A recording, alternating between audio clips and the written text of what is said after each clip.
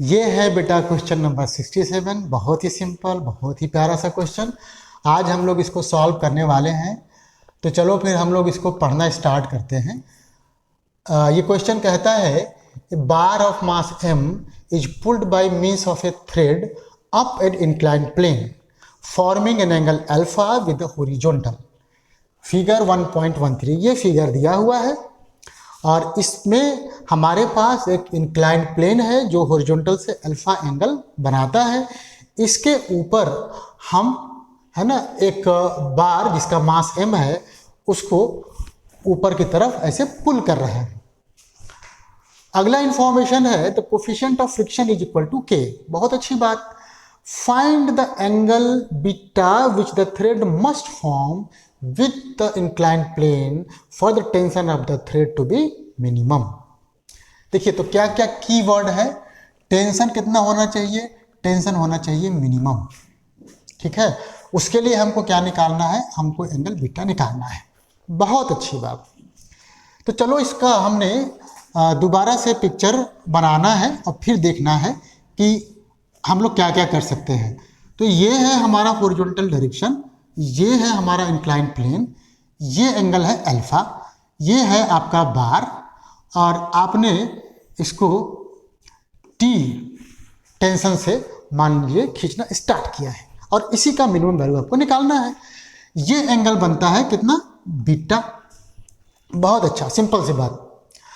पहली बात, अगर हम अपने बॉडी को इस इंक्लाइंड प्लेन के अलोंग मिनिमम टेंशन से खींचते हुए लेके जाना चाहते हैं तो नेट फोर्स इस डायरेक्शन में बेसिकली 0 होना चाहिए। ठीक है, ठीक। दूसरी बात देखिए, दूसरी बात यह है कि अब चूंकि हम इसके मोशन को कंसीडर कर रहे हैं तो हम इस पर लगने वाले सारे फोर्सेस को दिखाएंगे। तो एक फोर्स तो मेरे पास हो जाएगा इसका खुद का वेट, वो हो जाएगा mg, है ना, वर्टिकली डाउनवर्ड डायरेक्शन में। दूसरा जो प्लेन है वो इस पर नॉर्मल लगाएगा, उसको मान लो ऐसे m। तीसरी बात, टेंशन तो देखो लगना ही लगना है, तो ऐसे टेंशन लग ही गया है, हम दिखा भी दिए हैं पहले से। और सबसे महत्वपूर्ण बात यह है कि जब हमारा क्या बोलते हैं बार ऊपर की तरफ मूव करेगा तो अपने इंक्लाइन प्लेन के सरफेस के रिस्पेक्ट में, चूंकि इसकी रिलेटिव वेलोसिटी इस डायरेक्शन में है, तो इसको अपोज करने के लिए हमारा इंक्लाइन प्लेन का सरफेस इसको इस डायरेक्शन में एक फ्रिक्शनल फोर्स अप्लाई करेगा। इतने फोर्सेज इस पर लग रहे हैं। अब क्या करोगे आप जानते ही हो कि ऐसे क्वेश्चन को करने के लिए जनरली आप एक कोऑर्डिनेट एक्सिस है ना चूज करते हो। तो चलो ये जो डायरेक्शन है मतलब प्लेन के अलोंग, इसको हमने एक्स एक्सिस मान लिया है, इसको हमने वाई एक्सिस मान लिया है। अब क्या करें? सारे फोर्सेज को एक्स और वाई एक्सिस के अलोंग है ना रिजॉल्व करके कॉरस्पॉन्डिंग इक्वेशन ऑफ मोशन लिख दें हम। तो चलिए अलोंग एक्स एक्सिस लिखता हूं मैं। अलोंग एक्स एक्सिस क्या हुआ भैया? अलोंग एक्स एक्सिस की बात करेंगे तो यहां देखिए mg जो है, mg का इधर कंपोनेंट कितना हो जाएगा? mg साइन अल्फा, है ना, ये तो आप जानते ही हैं।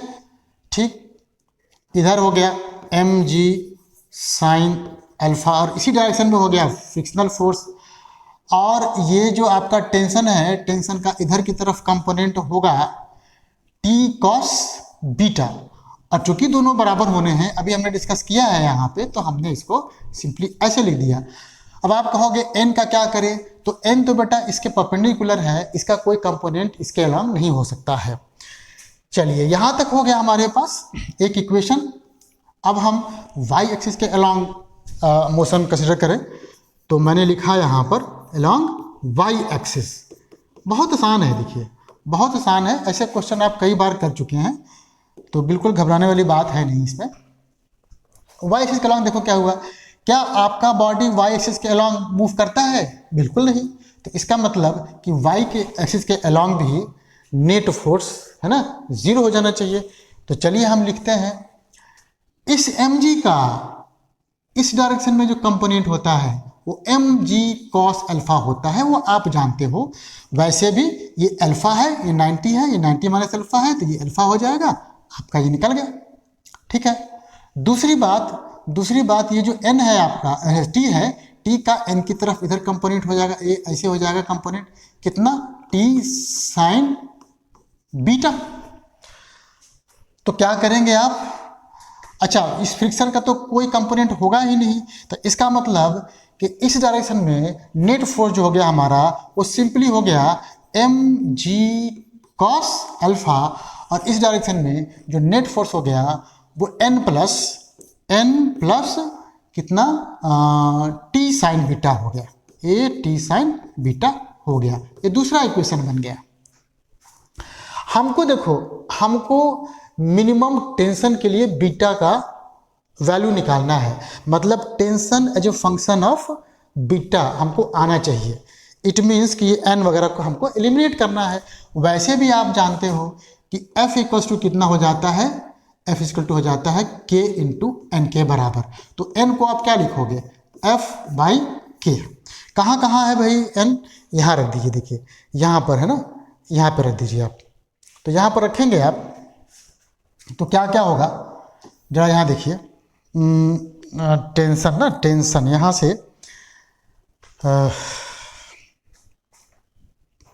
एन की वैल्यू रखा मैंने F by K plus T sine beta equals to M G cos alpha. पहले से मेरे पास देखिए एक इक्वेशन गिवन है, तो मैं एक काम करूं k से इसको मल्टीप्लाई कर दूं पहले से। तो k से मल्टीप्लाई करोगे तो यहाँ k कैंसिल हो जाएगा, ये तुम्हारा f हो जाएगा, यहाँ k t sine beta equals to k m g cos alpha हो गया। ऐसा हमने इसलिए किया क्योंकि हमको f को एलिमिनेट करना है। तो f को एलिमिनेट करने के लिए क्या करेंगे हम, देखिए घटा देते हैं हम इसमें से इसको, ये तीसरा कह दो और ये चुपचाप से इसको घटा दो। तो जब घटाओगे तो एफ कट जाएगा, इधर हो जाएगा एम जी अल्फा है ना, इधर हो जाएगा एम जी साइन अल्फा, ठीक है। और चूंकि घटाया है आपने तो ये माइनस के टी साइन बीटा हो गया। अच्छा जब घटाया है तो इधर भी तो घटाएंगे, ये हो जाएगा टी कॉस बीटा ऑलरेडी है, और ये हो जाएगा माइनस के एम जी कॉस अल्फा। अब हमारे लिए जगह की कमी है तो हम लोग दूसरे पेज पे चलेंगे। उससे पहले हम t को एक तरफ कर दें, तो t अगर हम एक तरफ कर देंगे, इसको इधर कर देंगे, तो देखिए क्या क्या होता है, क्या क्या होता है। ये हो जाएगा एम जी साइन अल्फा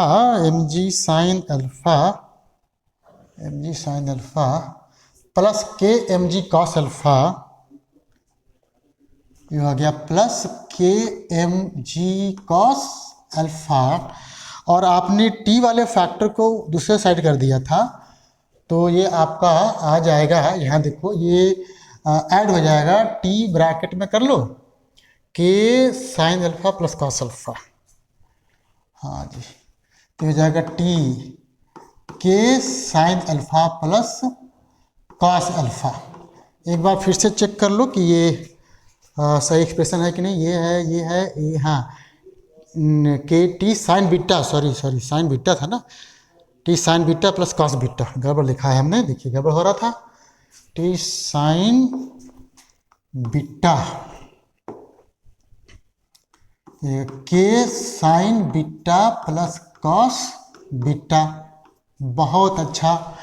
अब देखो t कितना आ गया, t आ गया एम जी, कॉमन ले लो भाई, sign alpha plus K cos alpha, और नीचे यहाँ देखिए यहाँ आ जाएगा के sign beta plus cos beta, बहुत अच्छी बात।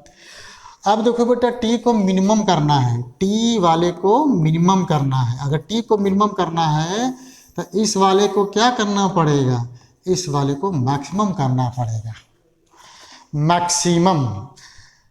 तो बेसिकली हमारे पास अब क्वेश्चन ये हो गया कि अगर मैं एक बीटा का फंक्शन ले लूँ, इसको के sign beta plus cos beta, तो इसको हमको क्या करना है, मैक्सिमाइज करना है, ठीक। तो नेसेसरी कंडीशन क्या होता है, इसका होता है डेरिवेटिव, 0 के बराबर। तो डेरिवेटिव के लिए हमने इसको डिफ्रेंशिएट किया तो के साइन बीटा का डिफ्रेंशिएशन हो जाएगा कॉस बीटा, और इसका हो जाएगा minus sine beta equals to 0। तो आप यहाँ से देखो, इसको इधर कर दो, ये हो जाएगा K cos beta equals to sine beta, या कहिए कि टैन बीटा जो हो गया, टैन बीटा हो गया आपके के बराबर। बहुत आसान, टैन बीटा निकल गया। लेकिन आपको बेसिकली मिनिमम टेंशन भी निकालने के लिए कहा जाएगा। तो भाई देखो, के बीटा टैन बीटा निकल चुका है। अब अगर हम ट्रायंगल में इसको बना दें, मान लीजिए बीटा, तो परपेंडिकुलर हो जाएगा के, बेस हो जाएगा इतना, है ना, क्योंकि के अपॉन 1 लिख सकता हूँ मैं, और ये हो जाएगा 1 प्लस के स्क्वायर का रूट। अब यहाँ से मैं साइन बीटा कॉस बीटा दोनों निकालूंगा, क्योंकि बीटा हमारा बहुत ही क्या बोलते हैं, छोटा है। ये बीटा टैन, इसका टैन जो है पॉजिटिव है, इसका मतलब साइन और कॉस दोनों ही पॉजिटिव होंगे। मेरा एंगल जो है फर्स्ट क्वाड्रेंट में ही पड़ेगा, वैसे भी पिक्चर से क्लियर है। तो यहाँ पे मैं टी मिनिमम की वैल्यू ऐसे बना दे रहा हूँ। कितना हो जाएगा, एम जी कितना है, sign alpha plus K cos alpha, इतना हो ही गया है। ये के साइन बीटा क्या लिखोगे, साइन बीटा लिखोगे परपेंडिकुलर अपॉन बेस। तो perpendicular upon base, sorry hypotenuse, double बता रहा हूँ मैं। अच्छा, यहाँ कॉस बीटा देखिए, कॉस बीटा को लिखोगे बेस अपॉन ए हाइपोटेनस। वो इतना सारा कैलकुलेशन है, ये थोड़ा सा है ना जुबान का फिसलना तय है। तो देखिए ये हो गया। अब आप इसको सॉल्व करोगे तो देखो के स्क्वायर प्लस 1 हो जाएगा ऊपर, तो ये कट वट जाएगा। तो आपका टी मिनिमम जो बेसिकली आया, टी मिनिमम जो आ गया वो आ गया एम जी, आपका कितना आया था ऊपर, M G sine alpha plus K का, हाँ sine alpha plus K cos alpha, और नीचे हो जाएगा under root K square plus 1। अब आप के एम वगैरह वगैरह की वैल्यू मेरे ख्याल से दिया नहीं है, इसी फॉर्मेट में आपका आंसर है। ठीक है, तो क्वेश्चन बहुत आसान था। अच्छा, इसमें कई बार ये भी कोई पूछ सकता है कि हमने इसको डिफ्रेंशिएट किया, इतना आया, अब इसके लिए ये वाला जो एक्सप्रेशन है वो मिनिमम वैल्यू भी एक्वायर कर सकता है, मैक्सिमम भी एक्वायर कर सकता है। तो कैसे निकालेंगे वो तो पता ही है आपको कि फिर ना सफिशिएंट कंडीशन एक होता है, उसके लिए इसको दोबारा से आप डिफ्रेंशिएट करोगे। देखिए दोबारा से डिफ्रेंशिएट करोगे तो ये नेगेटिव हो जाएगा, ये ना ये पूरा फैक्टर पहले से नेगेटिव है, डिफ्रेंशिएट करोगे तो नेगेटिव ही रहेगा। तो बीटा के हर वैल्यू के लिए नेगेटिव हो जाएगा। इसका मतलब हो गया कि बीटा के इस वैल्यू के लिए भी ये नेगेटिव हो गया, या कहिए मैक्सिमम वैल्यू हो गया।